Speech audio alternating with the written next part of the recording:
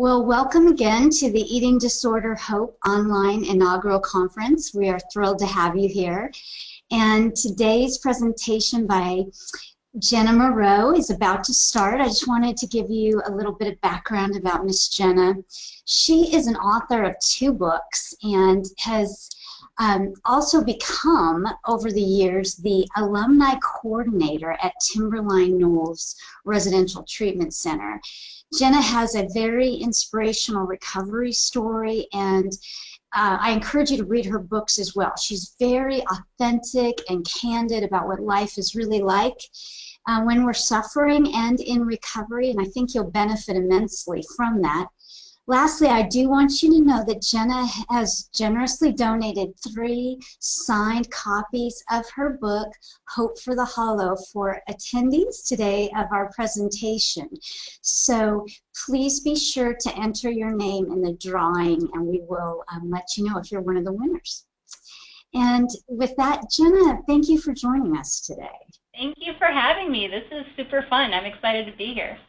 Yeah, it's great to have you. And Jena and I go back like 8 years ago. We were just talking about that, where I actually heard Jena speak for the first time at TCU, Texas Christian University in Fort Worth.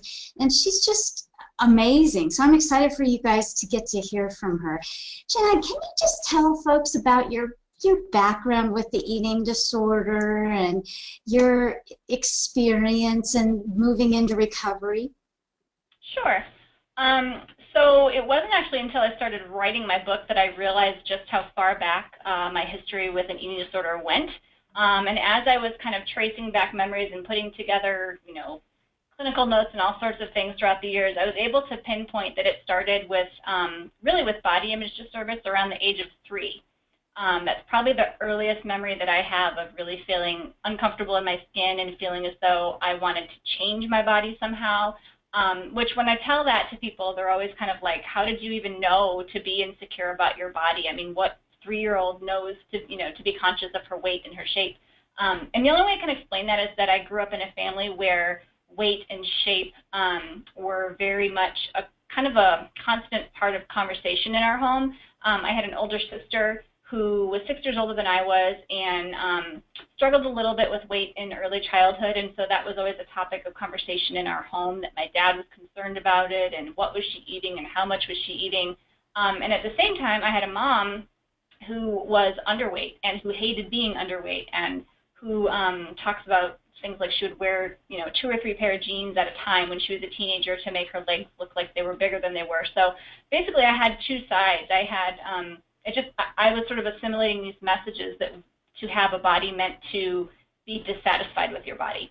And it seemed like you couldn't win because, I heard these messages that my sister was to one extreme, and then from my mom, she was to another extreme, and neither were good. And so that's the only way I can really explain that away as far as how that took root. But looking back, so I didn't really have I sometimes talk with clients now, and I ask them what life was like before their behaviors took root. And I don't really have the advantage of a before because I grew up kind of, just using eating disorder, certainly thinking eating disordered thoughts from a very early age, and then sort of bringing the behaviors in as I matured. So I didn't really have a before period of my life. I kind of had to create what life would be like without that. So fast forward a little bit to, so I was pretty much just unhappy with my body growing up from, like I said, toddlerhood on. In my school district, at the time, junior high started in 6th grade, and we used to have to shower for gym class in 6th grade in front of our friends, which terrified me. So the summer before I went to junior high school, I was scheming in my mind the whole summer, how will I get out of this? So I remember jumping off the tallest slide at the playground, trying to break my leg. I thought maybe then I won't have to go to, 6th grade. Anything I could to get out of it. And then once, August came around and it was time for school, I just panicked. I remember that class period started at 11:11 every day. And when it came time for gym class, I would go hide in like a bathroom stall for the entire class period. And I got away with that for like 6 weeks, which makes me wonder like where these teachers were. But I just would kind of opt out of that class because I was so afraid of having to shower and being, seen by my friends. And also I had I had gotten my first period when I was 11, which for me was in 5th grade. And so I, as far as I knew, was the first among my friends to have that and to hit puberty. And so I really felt like an outcast, and like my body had really betrayed me. Which was another thing that, the gym class thing was terrifying, because if you happened to have your period, you had to take what was called a half shower, which meant you would go to the sinks and just kind of like do a sponge bath, which basically said to everybody else, hey, guess what's going on with me? And so there was like me and one other girl in 6th grade that I ever knew of that took a half shower. And so that was another reason why I was just like, I just can't go to class. So finally, after like 6 weeks of skipping that class, a school social worker was called in, and they kind of, somehow they were onto me, and I was approached in the bathroom stall where I would go and sit and pull my feet up so that no one could see me. And I remember having this conversation through the stall door with the gym teacher and the social worker.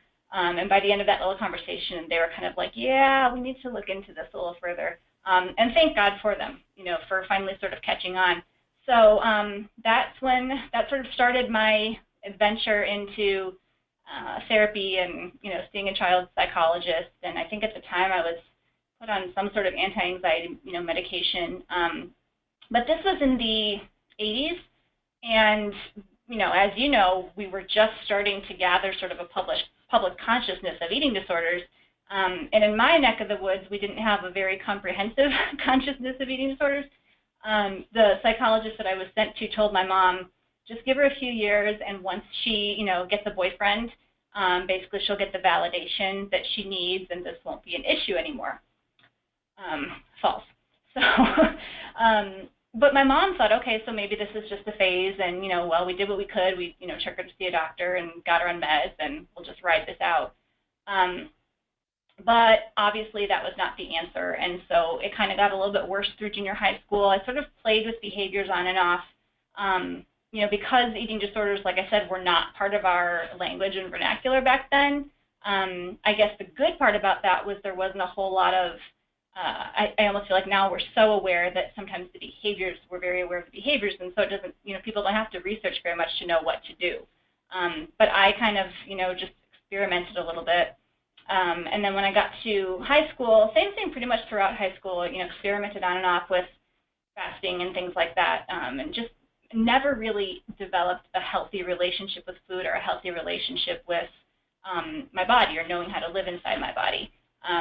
So by the time I got to college, which was sort of my first time on my own and out from under the watchful eye of my mom and teachers and friends' parents and everything, that was, unfortunately, I would say it was kind of like the first, 17, 18 years of my life. There was like this sleeping monster that was living with me.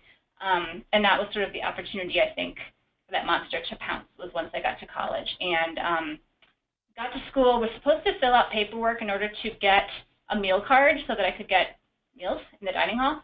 And for some reason, this eating disorder brain of mine was like, well, if we don't fill out the paperwork, then we just can't get food. And then that's not really, it's not really my fault. I can't get food.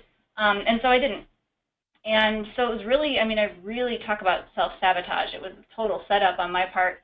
And so it did not take long for me to get pretty sick pretty fast. And within, I think, 2 months, my body was compromised, obviously, and so I was passing out in class and really just a danger to myself, a danger to others, because I was driving on campus and passing out while driving. And I had a choir director. I was a music education major. And I had a choir director who pulled me aside and was like, this that you think you're hiding from everybody, yeah, no, I see you. And thank God that she did. So I remember a couple meetings in Starbucks at the time with my choir director, and she was basically like, tell me what's going on. I see you, and this isn't good, and I'm concerned about you. And I don't remember a whole lot of what happened after that. My memory of all of this time is pretty spotty, just because I was not well. I do know that before I could finish my freshman year of college, I was sent to see an outpatient therapist, and saw her for a little while, kind of playing the part of someone who's looking like they're working on an eating disorder. I had no intention of actually working on it or getting any better, because it was all I knew. I don't think I even understood what it was that I was supposed to stop doing. But I knew that people would be happy with me if I went to counseling. So I did that and talked the talk and then left and did what I was going to do.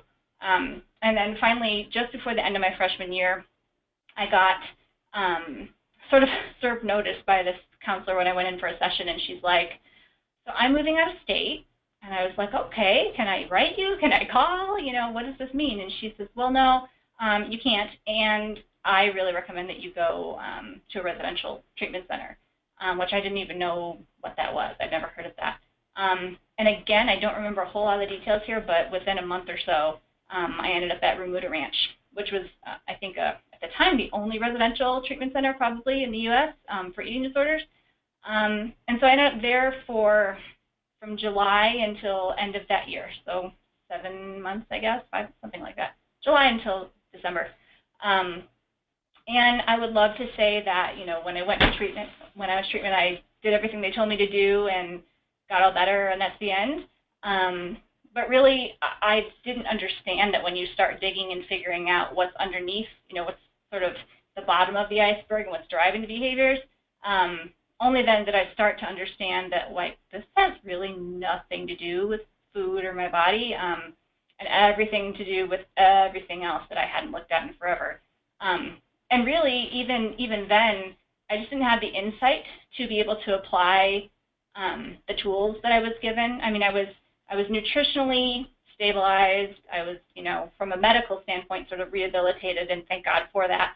And I began to scratch the surface of some of the things that were driving my behaviors. And that kind of began a decades-long journey towards, you know, getting closer each day, hopefully, to wholeness. But it's been a very tentative climb out of what I knew. And because, like I said, I didn't have it before, I had to really sort of, this is so silly, but I would say I observe other women, even to this day, almost like they're exotic animals at the zoo. You know, I remember a period of time where I was seeking out women that I thought were emotionally, physically, spiritually healthy women, and I would just watch them and ask questions like, well, how do you go try on clothes, and when you don't like what you see, why do you eat anyway? You know, like, I just didn't understand. And so I started just becoming really curious about that. And to this day, when I meet certain women and they just seem really super comfortable in their skin, I ask a lot of questions because I just think that's amazing to meet someone who hasn't had to fight for that. I'm like, what is that like? You know, and it's fascinating to me. So I don't have this, like, you know, it's not like an after-school special where she goes away to treatment and everything gets better and she eats a bagel at the end and then it's like minor key goes to major key and it's over. It wasn't quite that clean for me. And there's been a lot of, you know, sometimes jumping back into the frying pan type of things. And but it's kind of like, you know, now I have this cool job where I get to work with other women who are seeking recovery for all sorts of life-controlling issues, but among them eating disorders. And so I get to tell them, you know, that it's okay for it to be messy and it's okay to know that you're going to slip up. And we get to talk about the difference between, you know, a lapse and a relapse, and why messing up one time doesn't have to mean that now you're sentenced to, you know, a life of this. Like, you can fumble forward. And when people come back to treatment, one of the things that I do is I meet with people when they come back a second or third time, if they choose us again for treatment. And there's always this shame when I first meet with somebody. They're like, oh, you know, I can't believe I'm back. I'm so sorry I'm back. You know, you probably are just so sick of me. And I always get excited. And I'm like, good for you. This is amazing. Like, you're back here, and it's not like we're starting over again. Like, you're starting from a different point and from a different vantage point with different tools and with a different, you know, with some more ground under your feet. And so, so I'm very much sort of I've espoused the whole recovery as a process type of thing, rather than as a journey and then an end, because also life changes. And so, you know, throughout my timeline, I had a pregnancy, I had a baby, I had, you know, I'm getting older now, my body is changing, like the playing field changes. And so we have to learn how to do, you know, healthy living in spite of those things. And so it's always changing, and we're always growing and evolving. So, yeah, I guess, so that's my story, like, sort of in synopsis form. So I'm not really, I sometimes when I do radio interviews and things like that, especially after my first book came out, I would always kind of cringe when the interviewer would say, so now that that's all behind you and now that you're all better, and I would be like, no, no, no, no, no, like, thank God that I am where I am, but I don't know what tomorrow's going to bring, and life continues to throw things at me, and I'm still learning. So, to me, that's actually more hopeful than thinking that, like, oh, that's behind you now, and now you can move on. Because the hope of it is that, we continue to get better and better and better. And actually, most people I know who've been through recovery of any kind, from, addiction, eating disorders, mood disorders, trauma, specifically trauma, anyone I know who's been through and worked through recovery, it's almost kind of like, I remember being told once that scar tissue is actually stronger than healthy tissue because it's sort of fortified. And so people who have had to walk through a process like I have, I kind of think we're better for it sometimes.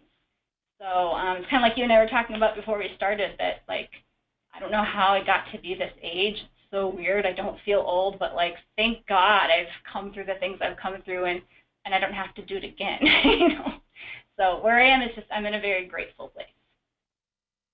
It's really an impressive story, and wow, you covered a lot of ground there. One of the questions that came up was when you said closer to wholeness. They were asking what that looks like in your walk and in the people you work with as an alumni coordinator. How do you keep walking closer to wholeness? Yeah, I think firstly, one of the things I work with to do is to define what that means for them, because that might mean something different for different people. Me, when I would think of being whole and walking in wholeness, for me that's having integrity in all areas of my life. So being the same through and through. I always want to say that I'm the same person home with my husband as I am when I'm here at work getting proof or something like that. So for me, that's sort of a marker of knowing that I'm on the right track, is knowing that I've had a good day if I've been the same Jena throughout the day. So because I think of, the years that I was not doing well, for many, many years, it was kind of like I had a lot of different masks that I would wear. I had my school mask, and then I had my at-home mask, and I had my, going to my job mask, and I was never really myself. And if people would say to me, how you doing? I had that scripted answer of, oh, doing great, loving life, and not that it's not good to be positive, but to me, being able to be authentic, and when someone asks me that, I can say now, like, whew, it's been a day, and I'm hopeful moving forward, so to me, it's about being authentic, because when we can do that, and when we're not trying to masquerade as someone who's got it all together, it's so freeing to be able to admit that I don't, like, really, I don't. And that's okay. So that allows us to be more transparent and be more authentic. And the cool thing about that, I've found, is that it frees up other people to be authentic and transparent with us. And then we end up having, like, real, true conversations and relationships with people. And then when we're having a bad day, we don't have to fake it and we don't have to pretend. Because what would happen would be that I would, do that and fake it and pretend and act like everything was cool. And then the minute I was alone, I was taking out whatever it was on myself. So when we learn how to not do that, and we learn how to actually be ourselves in the moment, even if it's a bad day or a bad year or a bad season of life, I think then we can be, the same through and through, whether we're alone, whether we're with others, whether I'm in, in prayer. I've had to learn to be authentic in prayer even. Even my prayer life had a mask on it. I would pray the prayers I thought I was supposed to pray.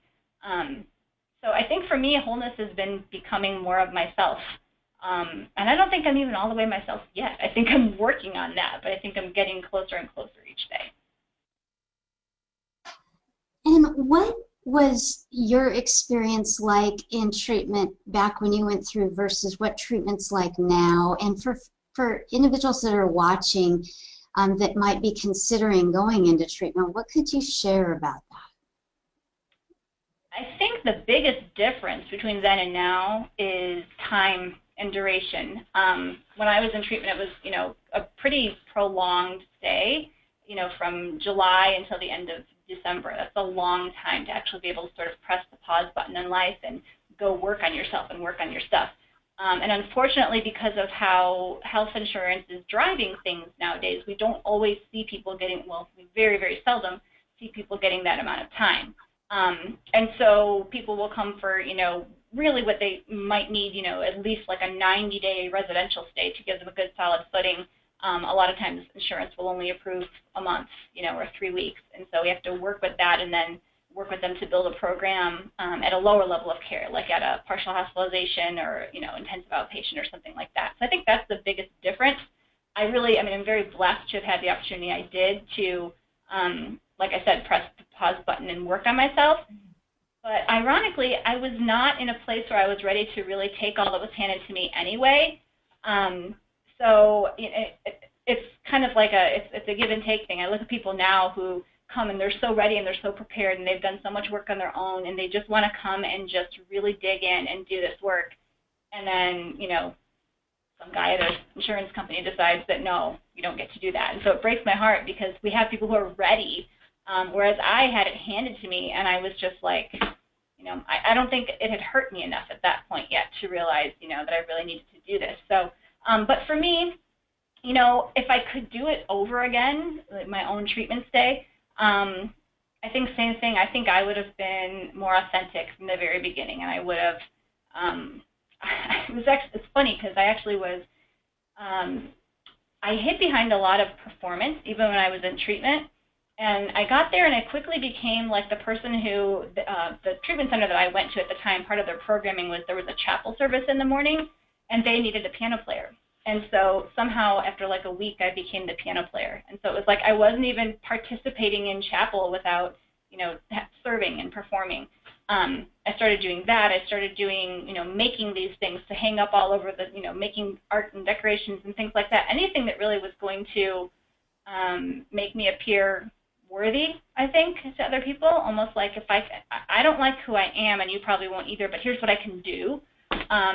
And thankfully, as I'm just kind of like all coming back to me now, but I wasn't really allowed to get away with that for too long. So eventually, I had to make this little sign that I wore around my neck that said "Performer Off Duty," and I wasn't allowed to. Yeah, it gets even better. So I wasn't allowed to sing. I wasn't allowed to play the piano. I wasn't allowed to do art or make things for people. All performance is like taken away.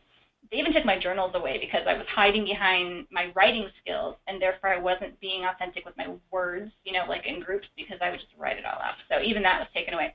So I remember the day, it was in like a process group, and I had to make this sign that said "Performer Off Duty." And so I went back to my room, and I made it, and I laminated it, and whatever, and wore it to group the next day. And I remember the group therapist said, "What do we all notice about Jena's sign?" And of course, everyone in the group was like, "It's really perfect. Like it's really well made." And she this therapist walked over with a hole punch and just like destroyed my sign and said, "Now wear it." And it bothered me because I was like, "You messed it up." And I had to learn to wear it messed up. And so that's just like one little sort of, vignette. But there was a lot of dismantling things that I had no idea were even harming me, the performance mentality and perfectionism. And I had to one day I had to go without making my bed, which that wasn't terrible because I was able to leave my room and I didn't have to look at it, no big deal. But then the next day I had to make my bed and then sit on it and mess it up and then get up and then stare at it for 5 minutes and then walk out of the room. It was kind of like, I remember saying, this is like cruel and unusual punishment. Why are you doing this? But all of that was like these almost silly little exercises that were intended to show me that it's okay to be imperfect. It's okay to, it's okay to have a messed up bed. It's okay to have a sign that you have to wear that's imperfect. And that was like a whole new concept for me. I had no idea how to live in that world where imperfection was okay.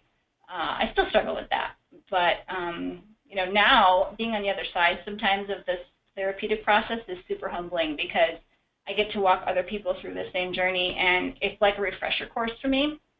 And a lot of times, that's I think what's humbling about the work that we do is people will even call me out on stuff like perfectionism, and I just own it. What else can I do, right? It goes back to that wholeness question. If I fake it and I say no, let's talk about you. First of all, people can see right through it, especially the women that we treat because they're very insightful. But I've learned to just go, yeah, message received, you're right. And I humble myself in a moment, and we both kind of, the client and myself, we both start over again. So it keeps me on my toes, and it keeps me from, I think, getting a little too full of myself too. I'm touched as you're talking because I really believe this, Jenna, and I'm curious what you think too, but it seems like these are very special souls that go through treatment or that deal with addictions, trauma, and the folks that do the work end up evolving into such amazing people. Have you seen a lot of that over time? Oh, yeah. I always, I tend to say that it's because we treat the most amazing women in the world. I mean, I'm just a little bit biased, but really, the fact is that, I think I've worked here almost 9 years now, and as I was telling you earlier, the cool thing about being alumni coordinator is, the other clinicians have to say goodbye to people when they leave treatment, and then it's kind of like they're out of your life, and you don't hear from them anymore. And I always say that I have a loophole. I get around that because it's actually my job to stay in touch, which I love, so I never have to say goodbye. But what's amazing about that is not only do I get to experience these ladies while they're in their process here in treatment, which is just, extremely humbling, and to me it's a privilege to be able to come alongside someone, really in kind of like as they're going through this dark night of the soul, where everything is just like probably the darkest it's ever been for them, and to be able to come alongside them in that so that they're not alone, but also it's just, there's sort of a flashback effect, I think, when we give to someone in that moment, it fills us up too. But not only do I get the honor of getting to know them in their process here, but then as I get to follow them year after year, after leaving treatment, or sometimes coming back, like I said, if someone needs a refresher. But as I get to sort of watch their lives evolve, it's amazing because I always joke that, sometimes I say, you've got these every strength has a weakness, every weakness has a strength. That's just kind of how it is. So, for example, someone who is, tends to be very perfectionistic, obviously that's to our detriment. That has not served us well if it's landed us in a treatment center for an eating disorder. But the flip side of that is that you could be an amazing, you can achieve amazing things. You have the capacity for excellence. You can be an amazing leader. You can, and so I get to see people starting to, as I say, use their powers for good instead of evil. Those women that were super, super stubborn and resistant in treatment. I think that those of us who work with them see that quality through sort of a different lens. Because someone comes in and they're just super resistant and super, stubborn. I don't think we look at them and go, oh, this is going to be tough. It's more like, man, once that quality gets turned around, she is going to be unstoppable. And I've seen people go on and do amazing things, become spokespeople for eating disorder awareness, start groups, start practices, finish schools, change careers, write books, all sorts of things. And really it's kind of, every woman I've worked with here, I can't possibly limit her because they all surprise me. And it's kind of like they leave here and do things, and it's just amazing to me what these ladies are able to achieve. So, yeah, it's definitely an honor to get to work with this population. I agree. So can you tell us a little bit about your experience in writing the book Hope for the Hollow and the book itself? Yeah, so my first book actually was Hollow, and that one was in 2010 with Moody Publishers, which was my recovery story. And then a couple years later, this is actually kind of a funny story. So I had written this proposal from my agent. When you are writing a nonfiction book, they usually ask that you have a proposal that sort of says, this is what I intend this book to do. This is the people I think will read this, the audience that I think will read it and benefit from it. And so I put all that together, and it was going to be a 30-day devotional, which is what Hope for the Hollow ended up being. And I had outlined it and got it all packaged up and sent it off to my agent, and she said, yeah, I think I can sell this. And so she shopped it around, and then I kind of forgot about it because I was working at TK, I was busy, I was a single mom, just doing my thing. And then I actually had started diving in a little deeper into my own process, really. I started doing some deeper trauma work that I did not know I needed until I hit a certain point in my life. And so I was still working and doing this work and working on this side of things as far as, in the treatment field. But I recognized, probably from working with some of the ladies that I worked with here, that I wasn't done. You know, I wasn't all wrapped up in better. And so I kind of thought, you know, to do this work authentically every day, I really need to be continuing to work on my own stuff. So I did. I went back to therapy and, you know, just started kind of digging away at some stuff. And in doing so, you know, hit kind of a rough patch and was still doing life and still, for all intents and purposes, in recovery as far as not using behaviors and that sort of thing. But I just realized how, I guess, how fragile my recovery really was at that point. And I didn't always want to do it. It got to a point where I was waking up and going, I don't really want to do this today. And I was kind of like praying through it and getting through it, but it was pretty exhausting. And in the midst of all that, I get this phone call from my agent going, we got a book deal, so, you know, go ahead and write it now. And I'm like, now? You know, like, write it now? Are you kidding me? It was the most humbling year of my life. I don't even know how long it took me. I probably 6 months or so.